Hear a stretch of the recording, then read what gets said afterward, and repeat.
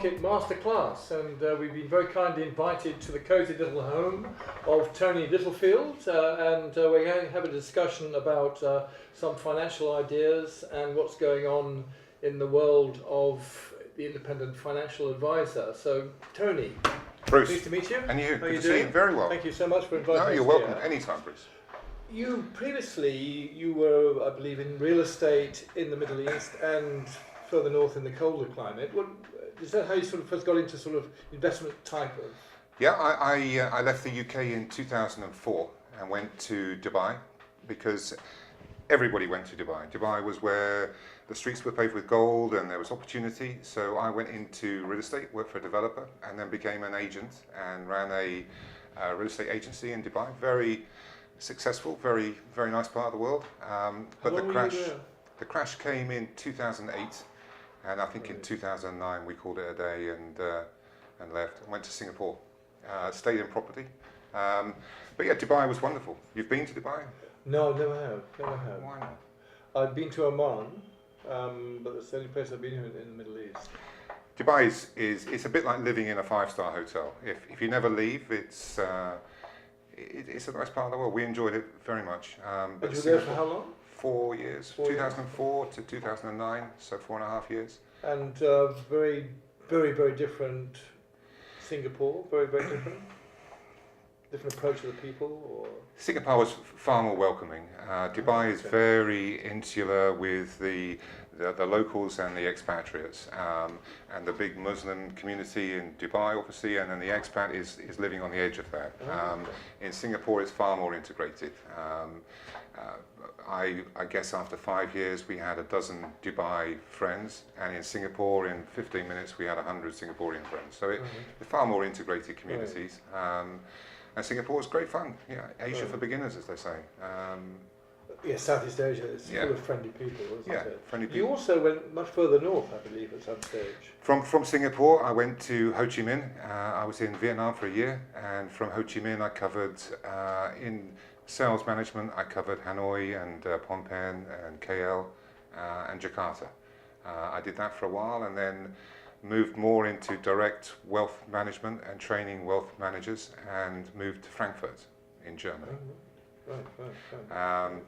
And started working for, as opposed to property, professional financial planning, and did that in Frankfurt until 4.5 years ago. We went to Moscow and lived in Moscow for 4.5 years. How come the choice of, Frankfurt to Moscow seems like sort of a different universe? I've got a daughter in Russia.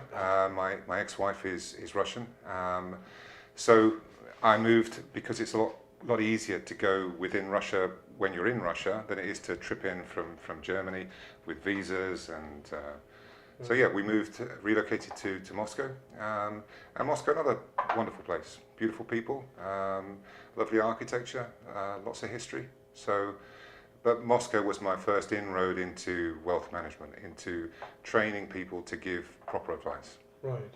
And then how many years there? And then 4.5 years there. Came here in October. So literally just been in. Literally, you're our first visitor in our home. Right. You're the first person to come into my house. Thank you very much for the You're more than welcome. Yeah. So now, the company. So your role in this, it's quite a new company. It's a new company, but the owner, Paul Jeffries, is an experienced Asian wealth manager, professional, certified, qualified. And he had a vision for financial advice in the region, and I've come here because I agree with his ethics, that we're clear, transparent, consistent.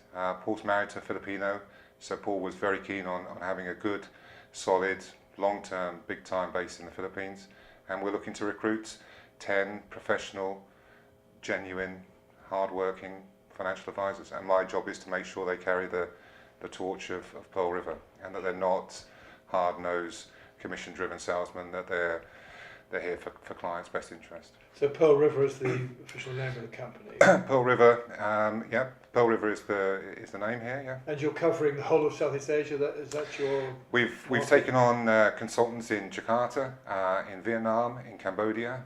We're Hong Kong based, so we're Hong Kong regulated, Hong Kong licensed, and in the Philippines we're up to, I think, 5 or 6 staff, and as long as they adopt the mantra that we're not going to be sharks and we're going to be professional and competent, then yeah, we're looking to grow to. And yes, as you say, Hong Kong is a very well-respected financial centre from its past. It's people much prefer somebody registered there than in some of the other countries. It's a far more evolved financial marketplace perhaps here, but the rudiments, the principles of Hong Kong should be implemented here.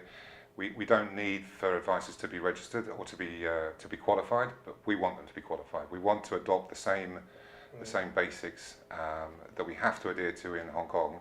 Should be done. Which is a very high standard. Very high standard. Yes, Qualified, proper professional people. We don't want somebody who was a car salesman this morning who's a financial advisor in the afternoon. We want proper, qualified, and genuine people. Right. And my job is to make sure they are genuine and they do come across. So it's an overall jigsaw based in Southeast Asia, basically. And how do you coordinate? Is there a sort of coordinating route for the different advisors to choose what you're currently recommending to clients, or it's a very individual thing, or it's not individual. We have a very strict compliance in Hong Kong. So anything that we propose has been vetted. It has to be daily traded. It has to be respected and solvent, and there has to be a good track record for it. So we won't subscribe to some of the shallow funds that are paying big commissions and really cheating the client. It's pedigree, daily traded, solvent and historical. So very transparency is very important to you, so the clients are feeling happy on the baseline. We're a service industry and we're here to provide that service. We're not a commission-led sales department. There are some firms that have a product that they're trying to sell to their client. We have clients and we'll sell the marketplace. We'll look to the marketplace that the client is the product, not the fund. Right, I got you. So rather than being commission driven, you're also client driven in the sense that it's a win-win situation for both. Yeah, I mean, clients need financial advice. They don't need to be sold something. They need to be educated, talked through, and it needs to be a clear, transparent charging structure. And we'll talk about everything to anybody. I think that's terribly important in the modern world, because in the days of old, before 2008, when people were making 15-20% a year, commission-driven products were all the rage. Because it didn't matter, because I'm taking 5% or 6%, they're still earning 10-15%, but these days when returns are often much lower, commission can actually bite into the returns of clients. So better to be, so sometimes you're fee driven, or if a client prefers, We're fee driven, but if a client would prefer to pay a commission instead, then we can do that. Everything is on the table. Right, so they know exactly what the commission's in and different products have. But I used to work for a firm, and we had one product, and really we tried to persuade every client that they needed that product. And if you were saving for children's education fee, it was that product. If it was your retirement, it was the same product. It was one product that we tried to make fit everybody. Now, here, we have 1,000 products, 100,000 products, and we're more interested in the client is the products, the client is driving everything, and we'll find the right fit, the right piece of the jigsaw. Right. And obviously you're dealing with lots of different nationalities. So far in Manila, it's been Australians and Americans. A lot of Australians come here because it's relatively affordable. And it's not so far away from Australia. So we've had some Australian clients and a lot of American clients. So yeah, but it's English speakers. English speakers, right? Anybody. And that so it could be different nationalities with people in Jakarta or Malaysia. It depends on, but you can deal with most nationalities worldwide. Right. Oh, interesting. Right. And how long has the company actually been formally? We only recently got the license in Hong Kong, but I've been here since October the 4th.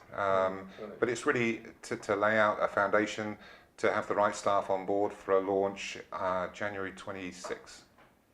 That's when we're fully live. But we've done some business here. We've met some clients, and there is a need for it. There is a demand for clear, non-sales, professional advice from a competent advisor who's not driven by a target or driven by the need, but to give clear, concise. And there are a lot of expatriates from many nationalities congregating in Southeast Asia, because Asia looks like the sort of the booming continent for the next And the century. Philippines is the fastest growing economy in Asia. So there's an awful lot ahead with China, awful lot ahead in the region. So yeah, we're sure this is the right place to be. Right. So welcome to Thank you. Southeast Asia, and thank you very much for inviting us to your home. No, you're welcome. And very best of luck into the future. Thank you.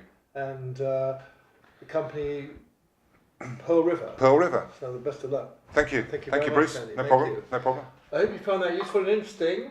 Bye for now.